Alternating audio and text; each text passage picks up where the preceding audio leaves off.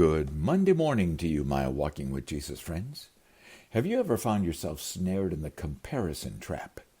Perhaps it was comparing the car you drive with that of your friends, or the brand of clothes you wear as compared to other people, or what you do for vacation. Comparison is a natural part of life, and it can be motivational, or like an albatross, it can weigh you down and defeat you.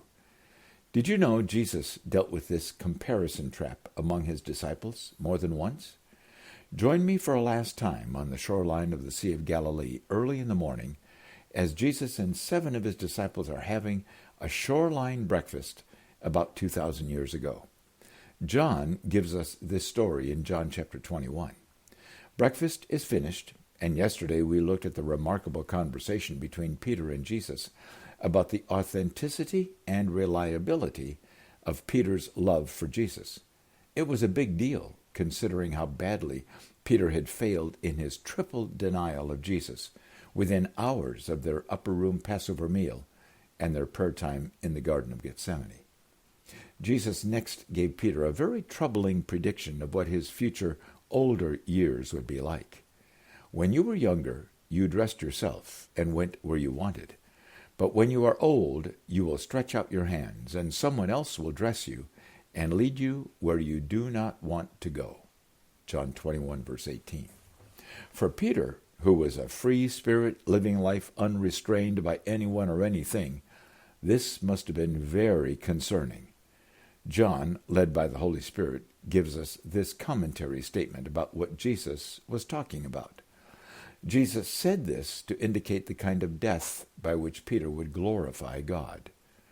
History tells us Peter spent some time in one of the harshest Roman prisons and was shackled for a prolonged time in a dungeon, and eventually was crucified upside down. But it was during this time Peter wrote his 2 letters of encouragement to the Christians who were suffering across the Roman Empire. We have those letters in our Bible as 1st and 2nd Peter. Evidently, Jesus got up from that shoreline breakfast and invited Peter to join him for a private walk along the beach and more conversation. As they walked and talked, Peter turned to see that John, the disciple and close friend of Jesus, was following them at a distance. Peter fell into the comparison trap and asked Jesus, "Lord, what about him?" John 21, verse 21. I wonder if they paused in their walk, and Jesus put his hand on Peter's shoulder, looked him square in the eye, and with a smile said these words, "If I want him to remain alive until I return, what is that to you? You must follow me." John 21, verse 22. Oh my, can you imagine how that sent Peter's mind and heart into a roller coaster ride? What could Jesus possibly have meant by that? Was Jesus going to give John immortality? If Jesus could raise Lazarus from the dead, couldn't Jesus stop the aging process in John and let John live for hundreds of years? Or how our minds can run way off track with wild imagination if we aren't careful. While it is true, John did live to be the oldest of the disciples, not dying until he was well into his 90s, Jesus was here asking Peter to stop comparing himself to John or others. Rather, Peter should keep his focus on being the man God was refining him to be and living to the fullest the unique life of purpose Jesus would lead him to live. Now that's an important lesson for all of us, isn't it, my friends? Have you spent much time looking closely at your uniqueness as a person designed by God to be different from all other people, according to Psalm 139?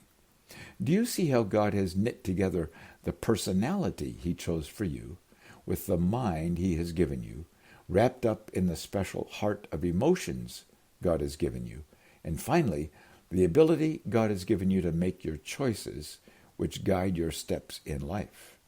And rather than having your own agenda as your ultimate guide, have you discovered the great joy, the fulfillment and impact your life can make when you are closely following Jesus, and he is guiding your choices, your passions, and your pursuits as you live your life for his glory every day? Now pause and ponder that for a few seconds. That's what Jesus was inviting Peter to do for the rest of his life. And today, Jesus is inviting you and me to the very same God-honoring life journey. There are two powerful scriptures that I believe led both Peter and John for the rest of their lives. These verses are guardrails on my journey too, and I urge you to embrace them. Isaiah 61 verse 3, they will be called oaks of righteousness, a planting of the Lord for the display of his splendor. 2 Corinthians 5:20, we are therefore Christ's ambassadors, as though God were making his appeal through us. Do you have a life verse that has been used by God to powerfully lead you in your life? If so, I urge you to write it down in your journal today and make some comments about how it has impacted your life and how it is shaping your legacy.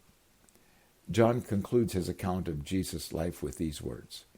Jesus did many other things as well. If every one of them were written down, I suppose that even the whole world would not have enough room for the books that would be written. But these are written that you may believe that Jesus is the Messiah, the Son of God, and that by believing you may have life in his name. John 21:25 and 20:31. So what about it, my friends? How have the lives and writings of Peter and John helped us know Jesus? How is your life and mine helping people in our generation know Jesus? Here's a brand new song to help us consider this, and I'll meet you again here tomorrow as we watch Jesus end his earthly mission.